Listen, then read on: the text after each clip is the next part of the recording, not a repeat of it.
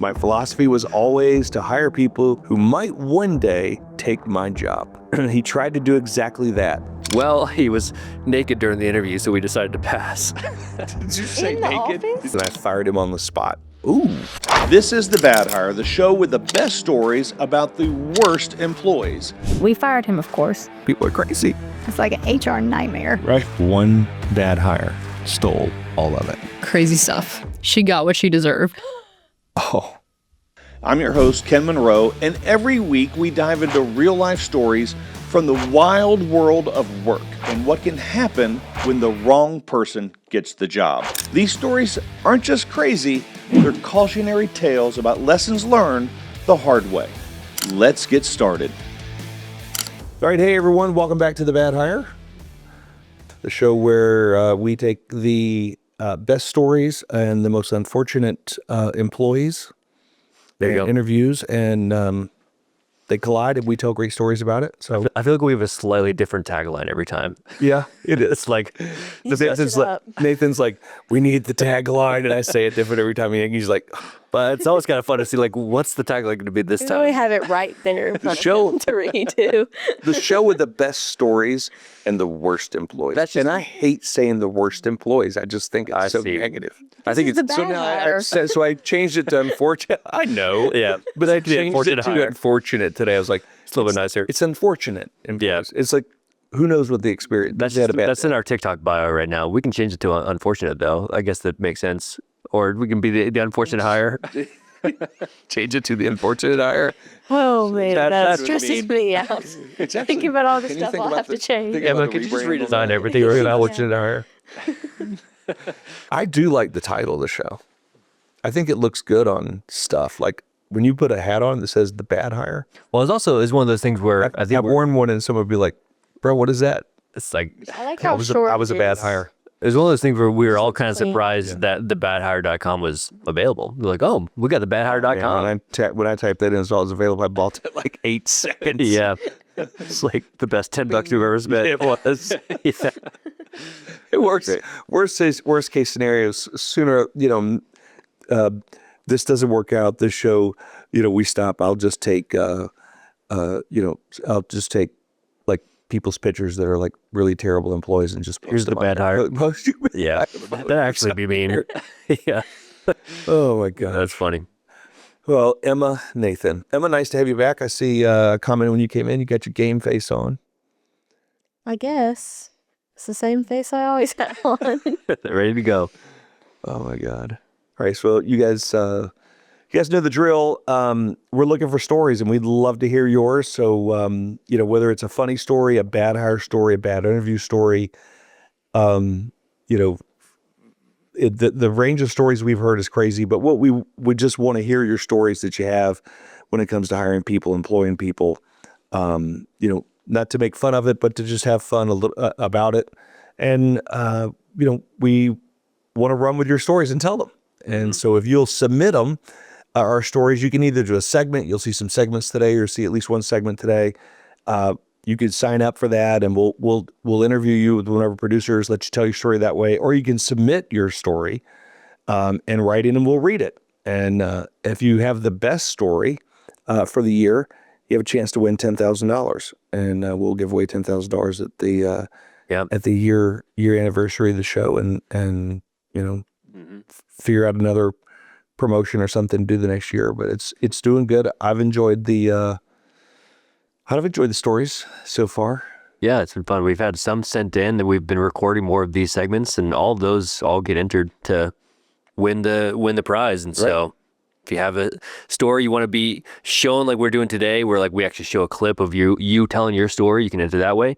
Or if you don't want to do that, you can just type it in. We'll just read it out loud. And then there are lots of different ways to win some money. But you can find us at thebadhire.com. Not hard to figure out. Yeah. Thebadhire.com. If you go there, you can find a form. You can reach out. We send out a lot of email to folks in the hiring business to ask them to consider being on the show or to ask them to submit a story. So if you get an email from us, answer it. Yeah. That's what we really would just say. Let us know that you, if you're in the hiring business, you got a story.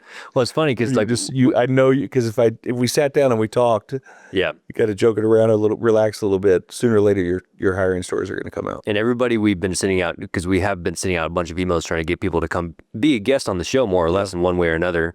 And we either get the response of, no, never talk to me again, or that sounds like a lot of fun. Right. There's not a whole lot of never get the no, never talk to me again. There's a little bit of that in there. Yeah. But I think they probably say that to everybody. Yeah. So, and maybe they're not a good fit for the show. But we have had a lot of people saying like, oh yeah, that sounds fun. And like, let me know how I can be involved. And that's how we've had people send in their segments or coming here to be in person on the show. And so it's been a fun project. Oh, I love it. Yeah. All right. So I guess I'll go first. Is that right? Okay. So here we go. This was, I don't know where this one came from. But when I was a creative director at a major advertising agency, I once hired a junior copywriter who seemed brilliant in the interviews.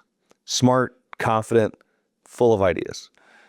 My instinct told me something was off, but I ignored it. Oh.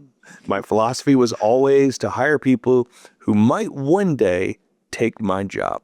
Mm-hmm. He tried to do exactly that almost immediately. Oh, really? I'm here to take your job. He certainly thought highly of himself. Right. Within weeks, I caught him going behind my back to pitch ideas directly to my boss after I had rejected them. Wow. I warned him once and he apologized, but the behavior continued. He spent most of his time flattering executives and trying to impress leadership while treating his peers, especially junior staff, terribly. It sounds like God knows how to work the system. I guess so. Ironically, despite his reputation with management, which apparently was good, he had a good reputation with management, his actual work was mediocre. His real talent was convincing people he was brilliant. It's good talent. 6 months in, the managing director called me into his office and told me this employee had complained about how I evaluated his creative work. To my surprise, my boss seemed to be taking his side. Oh no, this is not going well. This guy's a genius. So I said, there will always be someone complaining as long as someone's willing to listen. Now tell me, who do I go to if I need to complain about you? Oh, wow. He had no answer. I walked straight to the copywriter's office and I fired him on the spot. Ooh. Dang. Wow.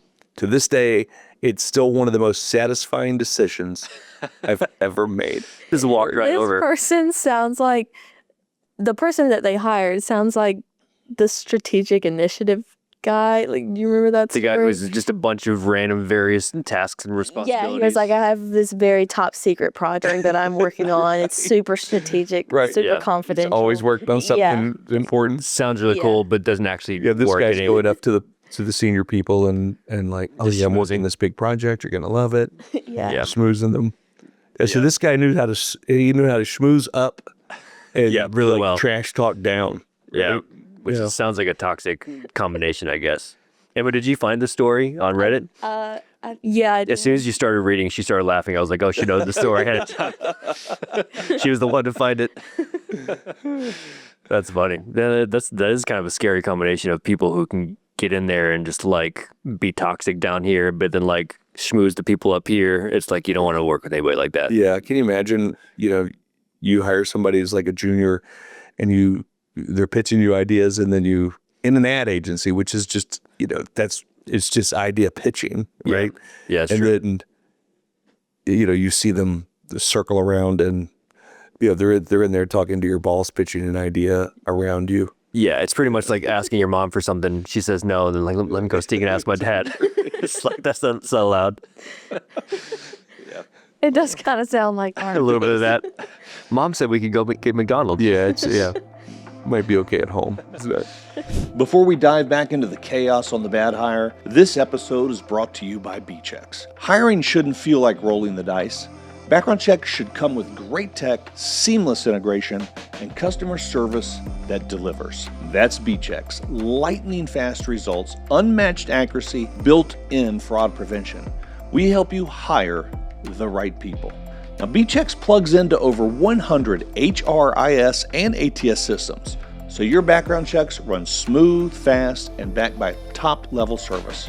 Protect your team, protect your reputation, protect your sanity. Go to bchecks.io. That's BCHEX.io. All right, I got a couple stories. The first one, I've got a video clip from an interview that I did, and I've got a story to read out loud. So we want to play this clip. I was working in Florida installing a performance appraisal system for the company, and we were bringing on all the managers to Florida for a week from Texas. And while I was gone, my admin, she'd been promoted and she was hiring her replacement. And so and she was phenomenal. That's why she was being promoted. And the new admin was started, and for 6 weeks, I'm off site. I'm not in the office. So relying on getting phone calls, messages, things that are coming in, things that need to be done, and things were getting missed. It was just very, very odd. And I talked with the employee a couple times and said, do you remember that you got a call from ABC and they needed me to call them and contact them? No, I don't remember that. Okay. And so it happened a few times. And finally I said, are you writing down messages? And she said, I don't have time to do that. And I said, well, you're going to have to, because you're not remembering messages. And so she started writing them down. And when I'd get called to get them at the end of the day, she'd say, oh, I forgot to write the phone number down. I've got his first name, but I don't have. And so it was not comical, but it was comical. And she did not meet the 90 days. That's funny. It's not funny, but it is. It's like an admin. It's like a receptionist. Yourself up remembering that story. It's just like, I like the way she told that. That was good. I like the way she told that. It's like, hey, your one job is to write down messages and get them to me. He's like, oh, I don't have time for that. Who writes down their first name Bob called you. and not even a last name Bob, either? what's Bob's number? Oh, you don't know? Yeah. I have to write down the phone number too. Here's how that. Hey, You're really asking a lot of me here to write down the name and the number. Okay, so it's like, hey, it's Bob, right? Bob calls and and she says, the girl's like, yeah, hey, Bob, yeah, is so and so there? No, I'm not. They're not. Can I take a message? Yeah, it's Bob so and so. And she's like, okay, Bob, I got it. EOB. Yeah. Okay, bye. Call me back at this number, and I need to pass on this message. Okay, got it. Bob called you. Bob. What did you say? Which one? This is Bob. I don't know. I don't know. Because imagine there's more than one Bob, and you don't know. You don't know which one it is. I don't know what else is the admin doing that they don't have time to write down some messages, write down a number. That's funny. I like that. Yeah, she cracked herself up talking about it. For those of you who don't remember, it used to be that you had people call and you would get messages and they would be voicemail or. Yeah, I know what voicemail is. If you had an assistant back in the day, even when you had voicemail, your assistant would take the message, and you had these pads where pages of messages would be on them, and you'd get these little slips of paper with here's people who called you. If you got a slip of paper with Bob on it, be like get an email from your assistant that just said Bob called. Yeah. Like what? Or it's like Jerry is in the hospital and needs help, and call this number, and you need to be here at this time, and then you just get the message like, oh, somebody's in the hospital. It's like, who? What? Where are the details? Someone in hospital. Yeah. Bob called. Someone's hurt. I need some details here. Oh my god. Anyways, I thought that's funny. All right, the other one I just found on Reddit, but here we go. I once set up a job interview for my friend's nephew. Let's call the nephew Paul. A company that I knew was hiring about 30 college students for summer work, and that nephew's major lined up perfectly with what the company actually did. And I also knew the hiring manager for this job personally, so I felt like it was a great opportunity. A couple weeks later, the nephew's uncle emailed me and asked how things went. So I reached out to my friend in HR, and I said to him, hey, how'd the interview go? The HR guy said, great, we needed 30 people, and we only had to interview 31 candidates. So we were able to fill all the spots. And I said, oh, that's nice. So was Paul one of them? And there was an awkward pause. And he said, yes, he was. And I said, what happened? He goes, well, he was naked during the interview, so we decided to pass. Did you say In the naked? office? Did you say He was naked during the interview, so I decided to pass. I said, what? Are you serious? There's no way that he would show up to an interview naked. And my friend said, well, it was a Zoom interview. Apparently, when they started the call and they turned on the video, Paul was just lying in bed completely naked. And so I said to the HR guy, well, maybe he didn't realize that you could see him. Was it maybe he thought it was audio only? And my friend said, well, that's what we thought too. So we told him, hey, just so you know, we can see you. And Paul said, oh, sorry. And he pulled a sheet up over himself. And they said, do you want to reschedule the interview? He's like, no, I'm good. We can keep going. And so, yeah, we decided to pass. So sorry about that, Paul. Oh my God. How old is Paul? I don't know. Hopefully at least 18. But I sure would hope so. so he was the 31st candidate and didn't get that one empty spot.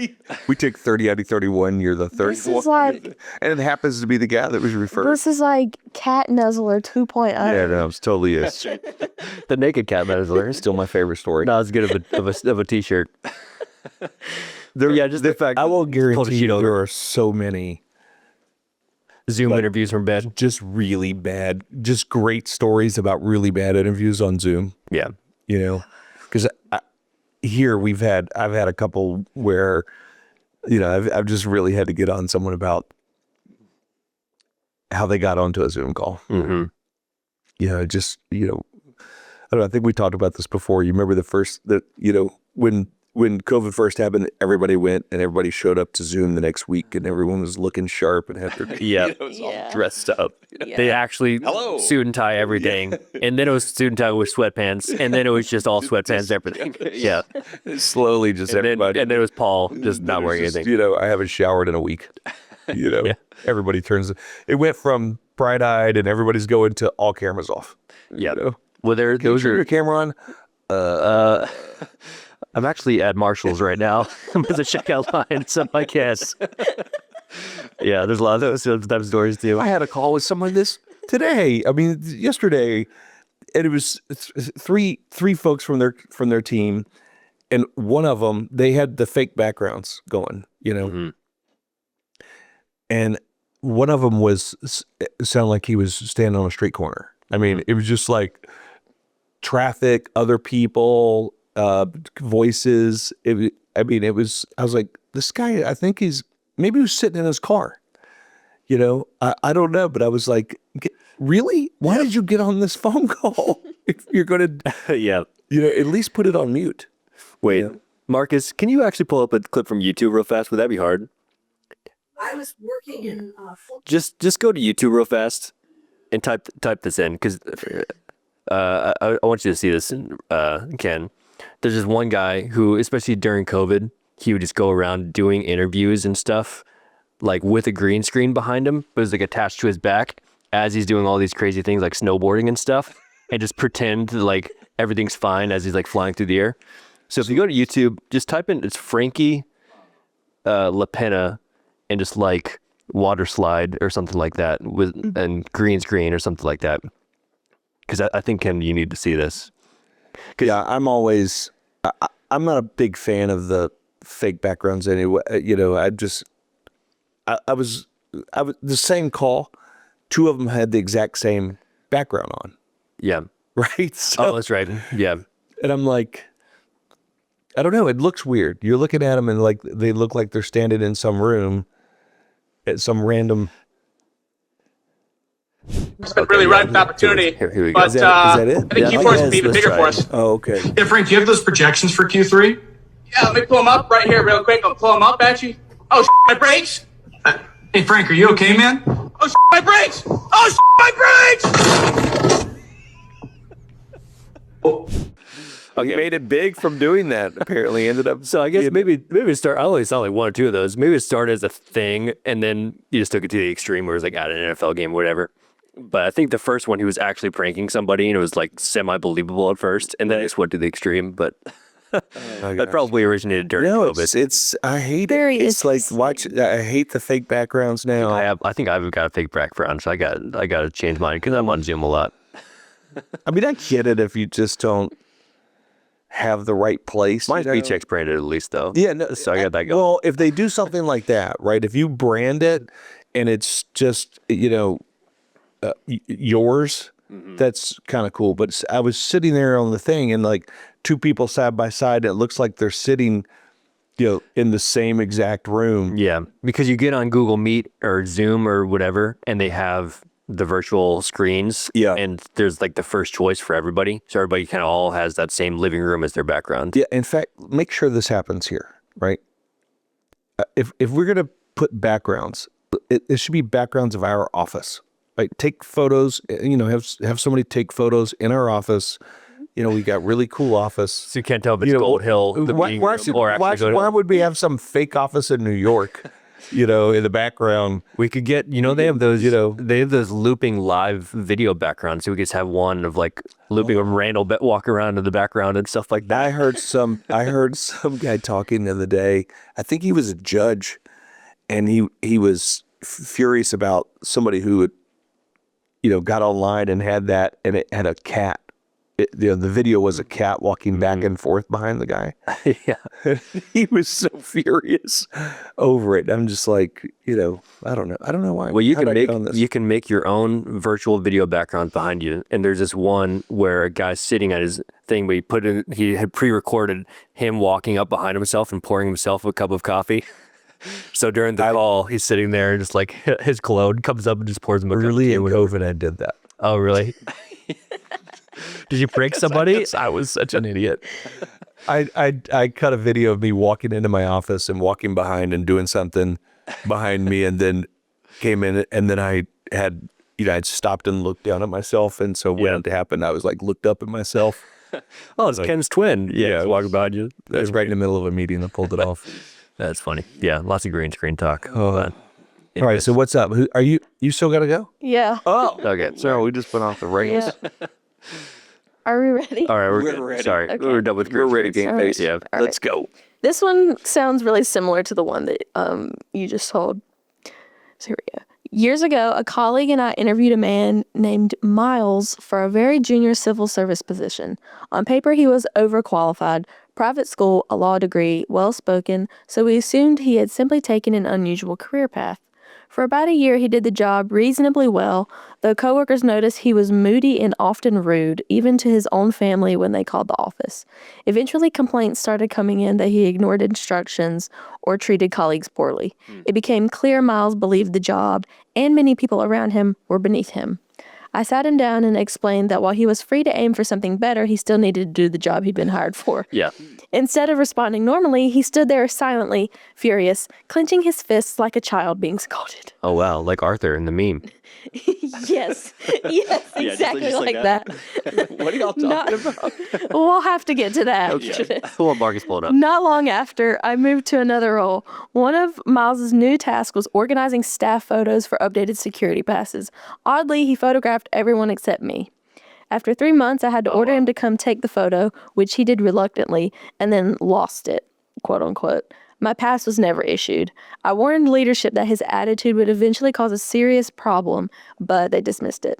A few months later, the department sold some old filing cabinets. Miles had been told to make sure they were empty before they went out. He didn't bother. The company that bought them later contacted us to say several cabinets still contained confidential files with personal information about members of the public.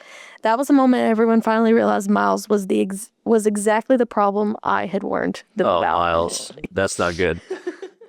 Man, it always starts with like a bad attitude too. Like, Yeah. oh, this is all beneath me. Yeah. That's crazy. Wow. I think kind of a theme of like, Yeah. Today's episodes. yeah, and well, just in general, you see these stories where it's like this theme of, I don't know, they have like I'm going to look up this the name bad for at it. you. What are you looking up? I got Oh, Mark's kind Okay. What do you? yeah. Stop clutching your fist. Yeah. There you go. So that was So the Miles. story your guy, Yeah, that was your guy Miles. would do this with his fists, like Yeah. That's right before he punched his sister DW, I think, in the famous episode. Yeah.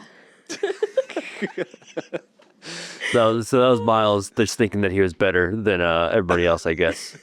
So at first it was him being like prideful, and then it was him I don't know. Was he doing that on purpose, leaving the files in the filing cabinet to try and or was he just being bad at his job?